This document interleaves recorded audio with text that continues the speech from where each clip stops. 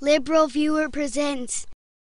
So I'm not really a football fan, so I don't really have an opinion about Denver Broncos quarterback Tim Tebow as a player, but as a Fox News political issue, I've gotten very familiar with Tim Tebow's outspoken Christianity and the many stories on Fox News claiming Tebow is persecuted for his outspoken Christianity, usually without any evidence to back them up, and that was definitely the case last week when Tim Tebow's winning streak came to an end and our friends at Fox used the occasion to create unnamed critics of Tebow, supposedly using the loss of a football game to argue against God's existence, as you can see already set up in the teaser for the upcoming story in this clip. No mile-high miracle for Tim Tebow yesterday, leaving critics to wonder, does God not exist? Oh, come on. Comedian Brad Stein reacts to that suggestion when we come back.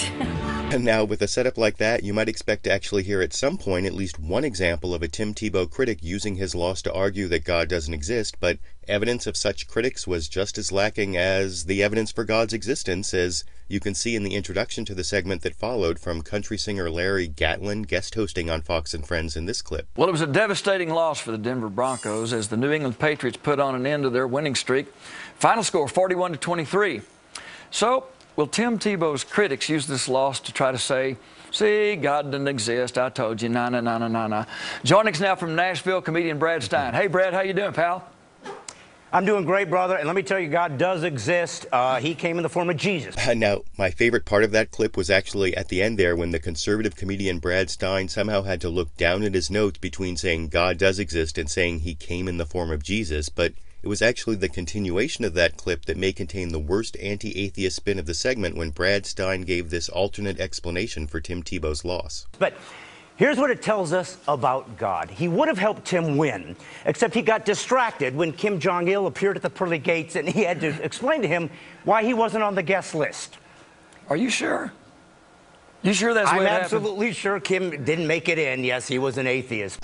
That's right. Kim Jong-il was one of the world's worst dictators, committing sins like kidnapping, bombing, gulags, and letting hundreds of thousands, if not millions, starve while he lived in luxury, yet the only reason the conservative comedian on Fox mentioned for Kim Jong-il not getting into heaven was his being an atheist, which isn't even really true given that Kim Jong-il was more like the head of a leader-worshipping cult, and in case you think that line from the conservative comedian was just a throwaway that slipped past the regular Fox and Friends hosts, none other than Fox News host Steve Doocy made sure to emphasize the point as breaking news at the end of the segment here. Going to Steve Doocy. You got something for us over there, buddy? I do. I hadn't actually thought about Kim Jong-il at the pearly gates until Brad brought that up. Good Fox News alert. Good Fox News alert?